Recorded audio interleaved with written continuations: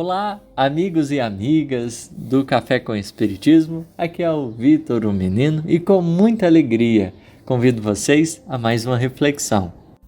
No episódio de hoje, iremos conversar a respeito da questão 925.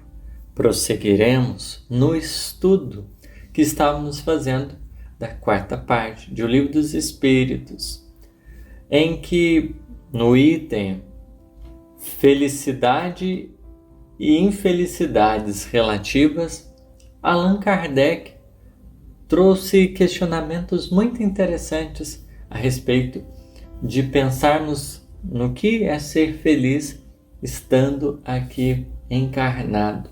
O que de certo modo configura esse quadro. Em 924, por exemplo, vimos que diante daqueles sofrimentos que parecem estar além das forças humanas, cabe à criatura encarnada resignar-se, sofrer sem murmurar, procurando através da consciência tranquila, consolação justa para manter esse estado de felicitação interior, guardando a esperança num futuro melhor.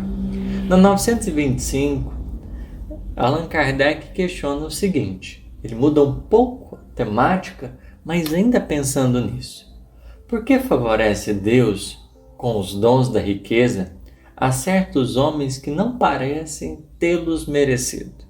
A questão aqui vai ao encontro das riquezas, que para muita gente é o assunto que diz respeito à felicidade. Sou mais feliz tanto quanto possuo. E de certo modo, Kardec, avaliando talvez alguns casos, observe que nem todos aqueles que experimentam dessas riquezas de fato possuem autoridade moral, condições espirituais para lidar com esses recursos que eles encontram nas mãos. E os espíritos vão dizer o seguinte: isso significa um favor aos olhos dos que apenas veem o presente. Então, primeiro ponto dessa resposta, que nos cabe aqui pontuar. Quando a gente observa com vista simplesmente a unicidade das existências, tão somente pela perspectiva do presente, podemos reconhecer como se fosse um favor. A vida está conferindo, entre aspas, um privilégio, que alguém está encarnando em condições mais propícias para desenvolver a sua missão aqui do que outras tantas criaturas, outros tantos corações.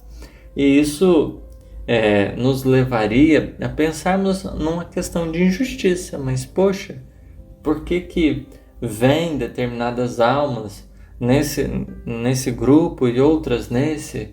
Poderíamos talvez encontrar aí um contrassenso.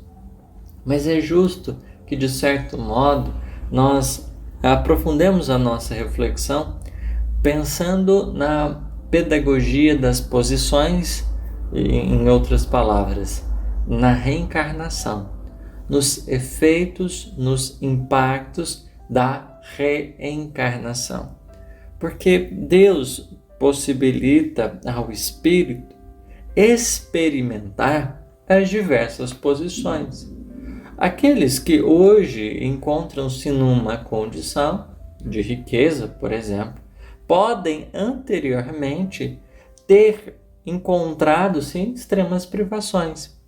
Quando a gente observa as circunstâncias reencarnatórias, é justo nos despirmos aí da questão desse olhar enviesado, como se encarnar numa condição melhor materialmente ou não tão boa, seja um detalhe estritamente ligado a mérito ou demérito, a um merecimento ou, ao contrário, a um não merecimento.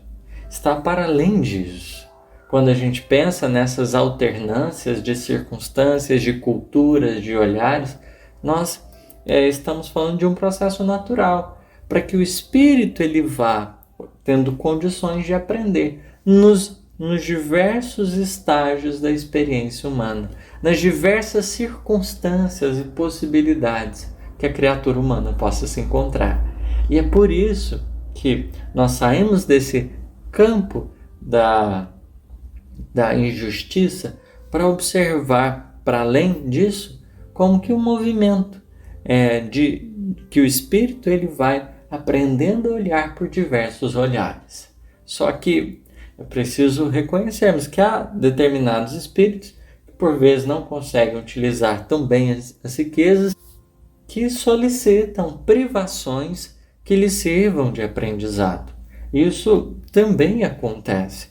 Em todos os casos, não diríamos isso, mas também é presente. Essa alternância, de fato, ela se dá visando que a gente compreenda o equilíbrio justo, porque o ideal não é, vamos dizer assim, que os espíritos alcancem o esbanjamento, nem com todos vivam na privação, mas consigam cada qual viver nas melhores condições possíveis. E essa alternância vai nos ajudando a entender o outro lado, de modo que a gente vai compreendendo quando tem, saber administrar, quando não tem, aprender a lidar com a privação, com os limites. São experiências.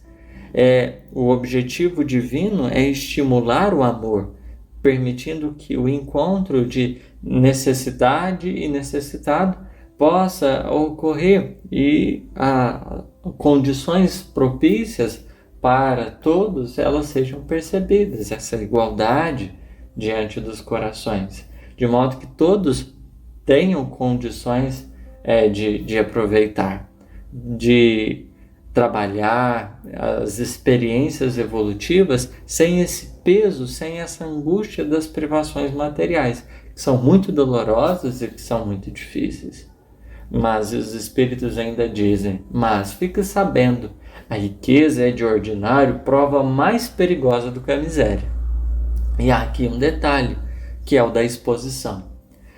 O que a riqueza ela traz ao espírito? Uma exposição aos seus desejos, às suas paixões.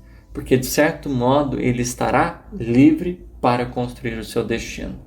Enquanto que a pessoa que às vezes vive em condições mais difíceis, ela já lida com privações. Ela já lida ali com limites. As possibilidades de escolher são mais reduzidas. Ela mais vai resignar-se no contexto.